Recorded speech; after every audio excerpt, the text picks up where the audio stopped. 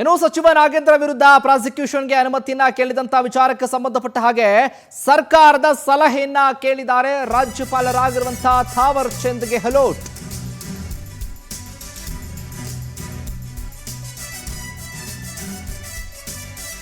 ಕ್ಯಾಬಿನೆಟ್ನ ಅಭಿಪ್ರಾಯ ಕೇಳಿದ್ದಾರೆ ರಾಜ್ಯಪಾಲರು ಥಾವರ್ ಚಂದ್ ಗೆಹ್ಲೋಟ್.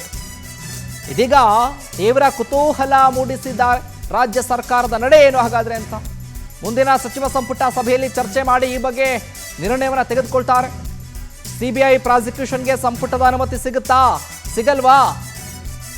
ಸಚಿವ ನಾಗೇಂದ್ರ ಅವರ ವಿಚಾರಕ್ಕೆ ಸಂಬಂಧಪಟ್ಟ ಹಾಗೆ ಪ್ರಾಸಿಕ್ಯೂಷನ್ಗೆ ಅನುಮತಿ ಕೇಳಿರುವಂಥ ವಿಚಾರ ಇದೆಯಲ್ಲ, ಈ ವಿಚಾರವಾಗಿ ಸರ್ಕಾರ ಕೊಡುತ್ತಾ ಅನುಮತಿಯಾ ಅಂತ ಲೋಕಾಯುಕ್ತ ಪ್ರಾಸಿಕ್ಯೂಷನ್ ಬಗ್ಗೆಯೂ ಕೂಡ ಮಾಹಿತಿನ ಕೇಳಿದ್ದಾರೆ ಗವರ್ನರ್.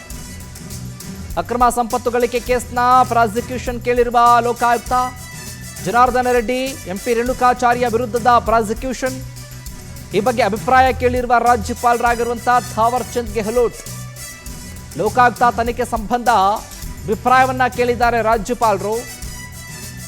ಏನ್ ಮಾಡಬೇಕು ಹಾಗಾದ್ರೆ ಕೇಳಿ ಸರ್ಕಾರದ ನಿರ್ಧಾರ ಏನು ಅಂತ. ನಾಗೇಂದ್ರ ವಿರುದ್ಧ ಪ್ರಾಸಿಕ್ಯೂಷನ್ ವಿಚಾರ, ಇದರ ಜೊತೆಗೆ ಜನಾರ್ದನ ರೆಡ್ಡಿ, ರೇಣುಕಾಚಾರ್ಯ ಅವರ ವಿಚಾರಕ್ಕೆ ಸಂಬಂಧಪಟ್ಟಂತೆ ಕೂಡ ಈಗ ಸರ್ಕಾರದ ವಿಚಾರವಾಗಿ ಅನುಮತಿನ ಕೇಳಿದ್ದಾರೆ ರಾಜ್ಯಪಾಲರು. ಈಗ ಲೋಕಾಯುಕ್ತರು ಅನುಮತಿನ ಕೇಳಿದಾರಲ್ಲ, ಪ್ರಾಸಿಕ್ಯೂಷನ್ಗೆ ಅನುಮತಿನ ಕೊಡಬೇಕು ಅಂತ ಹೇಳಿ. ಹಾಗಾಗಿ ಲೋಕಾಯುಕ್ತ ತನಿಖೆ ಸಂಬಂಧ ಅಭಿಪ್ರಾಯವನ್ನ ರಾಜ್ಯಪಾಲರು ಕೇಳಿದ್ದಾರೆ.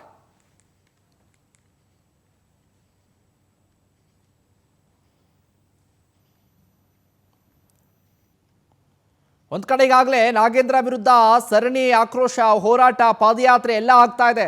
ಇಂಥ ಸಂದರ್ಭದಲ್ಲಿ ರಾಜ್ಯಪಾಲರು ಈಗ ಅನುಮತಿನ ಕೇಳಿದ್ದಾರೆ.